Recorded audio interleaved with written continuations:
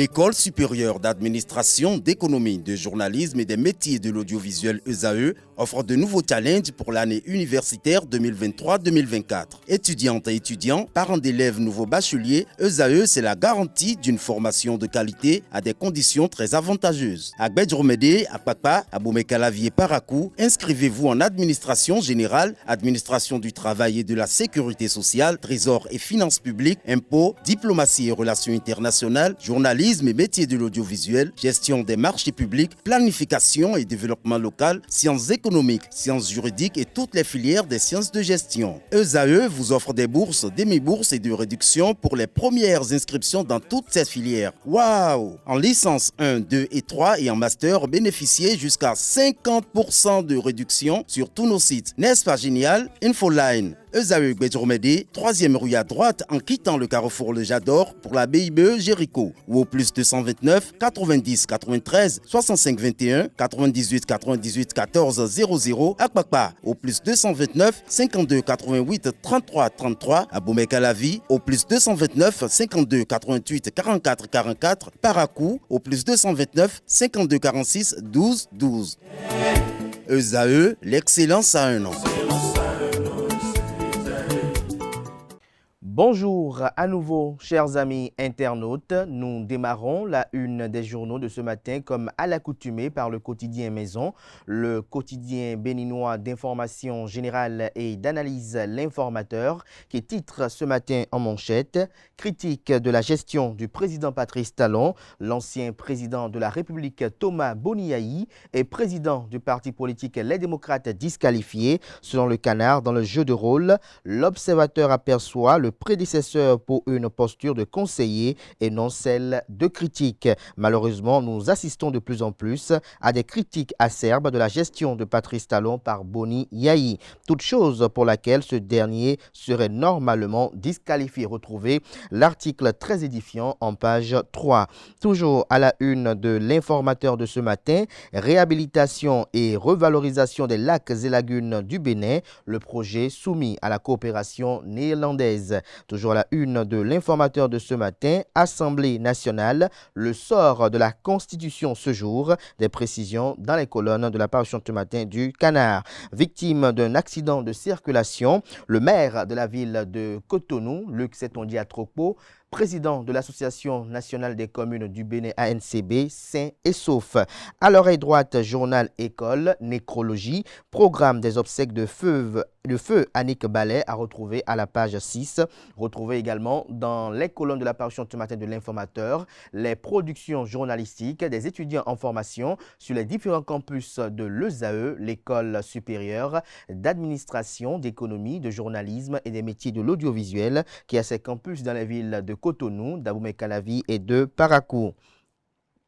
La Nation, ce matin manchette, parle de situation de crise en mer Rouge et en mer Noire, perturbation exceptionnelle du transport maritime mondial. Le journal nous apprend en manchette avec pour illustration une photo expressive que l'Organisme des Nations Unies chargé du commerce et du développement a récemment publié une étude liée aux attaques croissantes contre les navires en mer Rouge, les perturbations dans la mer Noire causées par la guerre en Ukraine et les sécheresses impactant le canal de Panama.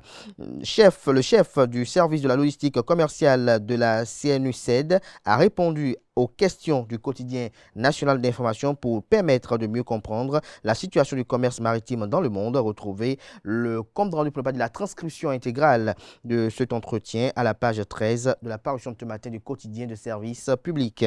En deuxième de titre, on peut lire basculement vers la télévision numérique terrestre, le schéma national retenu. À l'oreille droite, le ministre Sam Seydou Adambi au sujet des coupures d'électricité. Je cite, il n'y a ni délestage, ni difficulté à fournir l'énergie électrique. Fin de citation, retrouvez la transcription de ces propos à la page 7. Commercialisation précoce des noix d'Anarcade. Plusieurs magasins de stockage mis sous scellé dans le département du Borgou, nous apprend la une de ce matin du quotidien de service public.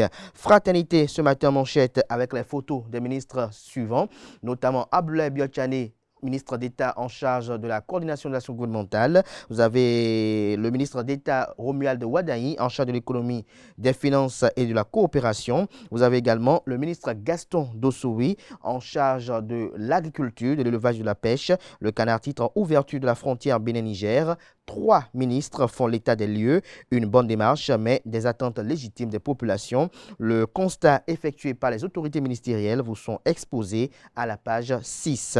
Arrêt progressif de la télévision analogique à partir du 1er avril 2024. Le Bénin s'enracine dans la TNT, une transition réussie. Échange entre l'ARE et les associations de consommateurs, une collaboration pour une meilleure qualité du service de l'électricité. Le matinal ce matin en manchette, commercialisation précoce des noix de cajou, des magasins fermés, des camionnettes interceptées. Les précisions du DEDIC Borgou-Alibori vous sont exposées à la page 2.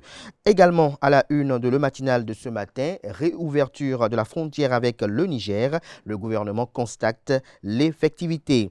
Avènement de la TNT, 15 août 2024, date butoir du basculement, rappelle Le Matinal. Matin libre ce matin en manchette, 34 ans après la conférence nationale, Ousmane Batoko dénonce le recul des libertés sous Patrice Talon. Je cite, « Personne ne peut se satisfaire de ce qui se passe aujourd'hui », fin de citation. Retrouvez des précisions à la page 2 de la parution ce matin du quotidien Matin Libre. Nous passons à présent à Le Béninois libéré, poursuite de la session extraordinaire ce jour à l'Assemblée nationale, de la recevabilité et des autres étapes de la révision de la Constitution. Les ministres qui irritent les députés et ceux qui forcent leur admiration. Des précisions à la page 10 de la parution ce matin du journal. On propose également comme titre ce matin à la une de Le Béninois libéré du jour, tournée politique de l'Union progressiste Le Renouveau. Joseph Fifame Diogbenou échange avec les militants des départements de l'Ouémé et du littoral. Le matin à présent, Malanville, non-levée des barrières nigériennes à la frontière de Gaïa, des membres du gouvernement Talon font le constat. Fichier des aspirants à l'enseignement supérieur au Bénin, la liste complète des détenteurs de doctorat et de master sélectionnés vous est publiée à la page 3. Supposée démolition illégale d'immeubles situés sur l'emprise de la route des pêches, la commission incriminée dénonce la dénégation et clarifie la supercherie du présumé victime mise à nu. Des précisions sur le communiqué rendu public à l'occasion dans les colonnes de la parution ce matin du journal. Info Matin s'interroge ce matin en manchette, mise à la retraite forcée des forces de défense et de sécurité. Qu'est-ce qui bloque la publication de la liste des forces armées béninoises, s'interroge le journal. Grave accident du maire de la ville de Cotonou. Luc Setondiatropo échappe à la mort à Dassazoumé, fait observer le canard. Passage à la télévision numérique terrestre, le gouvernement adopte le schéma de basculement. Basketball France-Bénin, Isabelle Yakoubou met fin à sa carrière. Le premier quotidien économique du Bénin, l'économiste titre ce matin en manchette, prélèvement communautaire de solidarité. L'Union économique et monétaire ouest africaine invite les États à libérer leurs arriérés. Toujours à la une du premier quotidien économique du Bénin, secteur financier au Bénin, de nouvelles lois sur le taux d'intérêt légal et les infractions boursières, des précisions à la page 11. Dabarou ce matin en manchette, malgré la levée des sanctions par la communauté économique des États de l'Afrique de l'Ouest, CEDEAO, toujours le statu quo au niveau de la frontière Bénin-Niger. Le Bénin subit, le Togo profite de la crise. Le journal nous apprend que les chefs d'État et de gouvernement de la communauté économique des États de l'Afrique de l'Ouest, CEDEAO, ont levé une partie des sanctions imposées au Niger, le Mali et le Burkina Faso, sans oublier la Guinée. La décision est tombée lors du sommet extraordinaire de l'institution à Abuja au Nigeria le samedi 24 février 2024. Malgré cette mesure, les autorités nigériennes ne sont visiblement pas prêtes à rouvrir leurs frontières avec le Bénin. Le Togo, nouvelle destination des affaires, profite de la crise. Pendant ce temps, le Bénin continue de subir les conséquences. Perturbations observées dans la fourniture de l'électricité au Bénin. Le ministre Sam Seydou Adambi explique et rassure lesquelles explications et assurances vous sont publiés à la page 4. À la jeunesse de Natitengu, Ismaël Bako offre un terrain de basketball. Télévision numérique et terrestre au Bénin, le schéma national d'arrêt de la diffusion approuvé, des précisions en page 5. L'affiche du jour ce matin en manchette, commune du Grand Okoué, le gouvernement veut réorganiser la filière d'exploitation de sable par dragage. Le confrère de Les 4 vérités ce matin en manchette s'intéresse à la gestion au sommet de l'État. L'ancien président de la République, Thomas Boniaï, actuel président du parti politique d'opposition Les Démocrates, disqualifié selon le Canard pour blâmer la gouvernance du président Patrice Talon. Distel Amoussou fait des observations à l'ancien chef de l'État de 2011 à 2016. Retrouvez la chronique de Distel Amoussou qui est relayée par Les 4 vérités ce matin à la page 3 de sa parution de ce matin. Toujours à la une de Les 4 vérités de ce matin, commune de Dassazoumé, le véhicule du maire de la ville de Cotonou et président de l'Association nationale des communes du Bénin, Luc Setondia Tropo, fait un grave accident. Il percute un motocycliste et son passager qui décède sur le champ. Retrouvez des détails sur cet accident de circulation à la page 3. Vous avez en illustration la photo du véhicule cabossé qui est mise à la une pour illustrer le titre, dont je disais tantôt, le titre de l'article, autant pour moi, est à retrouver à la page 3. Perturbation dans la fourniture de l'énergie électrique. La direction générale de la Société béninoise d'énergie électrique SB2E explique et rassure, lesquelles explications et assurances vous sont publiées à la page 6. Après la levée des sanctions économiques par la communauté économique des États de l'Afrique de l'Ouest, CEDEAO, 3 ministres de gouvernement à Malanville hier. Nous sommes ici pour constater l'effectivité de l'ouverture de nos frontières vers le Niger. Nous a laissé entendre le ministre d'État en charge de la coordination de l'action gouvernementale, Abdoulaye Tchane. Vous avez la photo prise sur le terrain qui est mise à la une pour illustrer le titre. Sur la photo, on aperçoit le préfet de département compétent. Vous avez le ministre Abdoulaye Tchane, comme je l'ai dit tantôt, le ministre de l'économie et des finances, Romian Ouadaï, et Gaston Dossoui, de l'agriculture, de l'élevage et de la pêche. Parricide à Malanville, un jeune charcute a mort sa mère. Les détails sur ce drame à la page 7.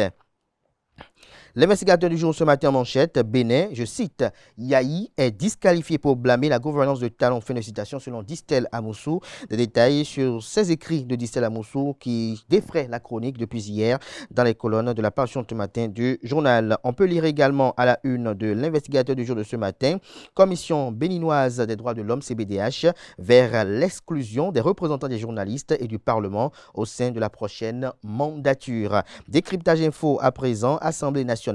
La loi sur le taux d'intérêt légal et les infractions boursières sur le marché de l'UMOA adoptée. Le journal nous apprend que les députés de la 9e législature ont voté à l'unanimité ce mardi 27 février 2024 au Palais des gouverneurs à Porto Novo, tour à tour, la loi numéro 2024-10 relative au taux d'intérêt légal en République du Bénin et la loi numéro 2024-11 relative aux infractions boursières sur le marché financier de l'UMOA. Par la même occasion, la représentation nationale a autorisé à retrouver la suite du point législatif de la représentation nationale dans les colonnes de la parution ce matin du Canard. Forum Innovation Tech et Finance for Africa in France.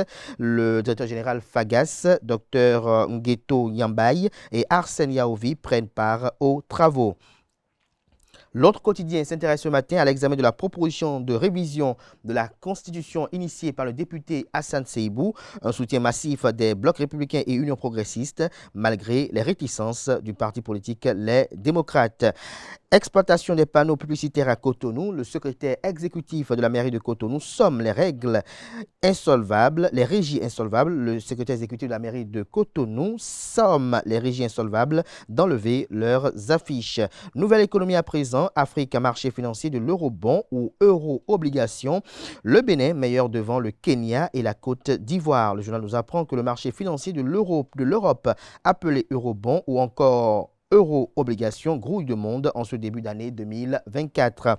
Côte d'Ivoire, Kenya, Bénin et même l'Europe tout entière, avec l'appel du président Emmanuel Macron, manifestent en ce début d'année leurs intentions de financement de leurs économies. Chacun y va selon ses besoins de financement ou selon la pression que lui impose son service de la dette.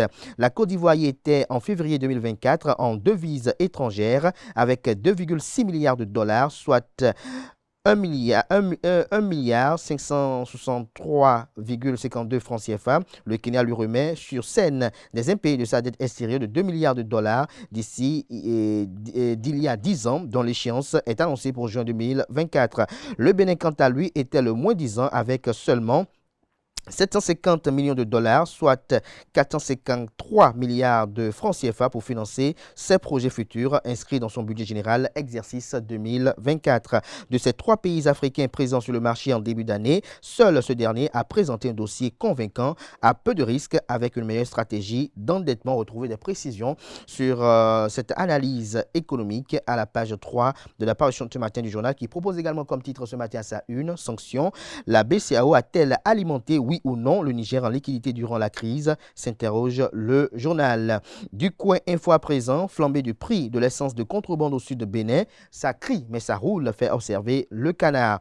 Depuis quelques mois, l'essence de contrebande, communément appelée Kpayo, s'envole à des hauteurs financières vertigineuses au Bénin. À Abomey-Calavi, à Cotonou et dans plusieurs autres villes, ce liquide précieux est désormais étiqueté à 600 francs CFA, voire plus.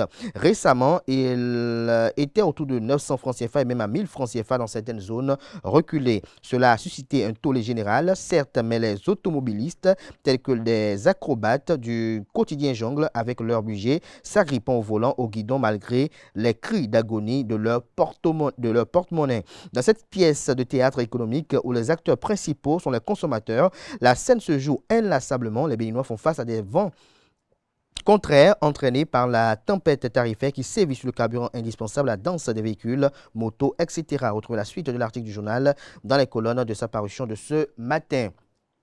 L'emblème du jour nous propose ce matin en manchette, révision de la Constitution à l'Assemblée nationale, le beau temps avant la tempête, s'interroge le confrère. Nous finissons ce matin avec l'hebdomadaire satirique et humoristique apparaissant à Cotonou. Le déchaîné du jeudi nous publie cette semaine en manchette. Alléluia, s'exclame-t-il. Vous avez quelqu'un qui est avec, notamment, j'allais dire, pour être plus précis, une caricature de l'ancien président Thomas Bounyaï avec une délégation de les démocrates qui est face à des populations à promistrité. Il dit, en 2026, le président Agbonon viendra à Tchao et ensemble nous allons prêcher la parole de Dieu avec la Bible que je lui ai donnée. Nous irons ensuite sur le mont Sion à Jérusalem et une dame dans son agora qui murmure dans sa tête et qui va s'occuper des Vaudondéis. C'est cette note humoristique que prend un thème la une des journaux de ce matin. Merci pour l'attention. À présent, nous passons au bulletin matinal d'information et à la page des sports.